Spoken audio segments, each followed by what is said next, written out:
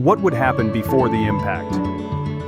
What if a rogue planet is headed straight for Earth, but before it smashes into us like a cosmic wrecking ball, we'd see the warning signs, and trust me, they wouldn't be subtle. First, astronomers would spot it months or even years in advance.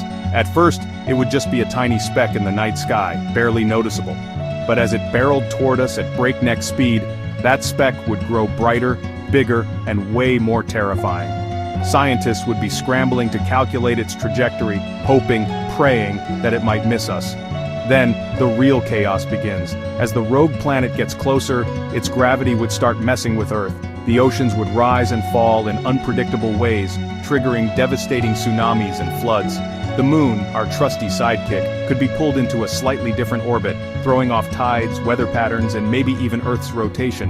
But it doesn't stop there. The rogue planet's gravitational pull could ignite a wave of earthquakes and volcanic eruptions worldwide. The sky might start to change color due to atmospheric disturbances, and some areas could experience violent, unpredictable storms.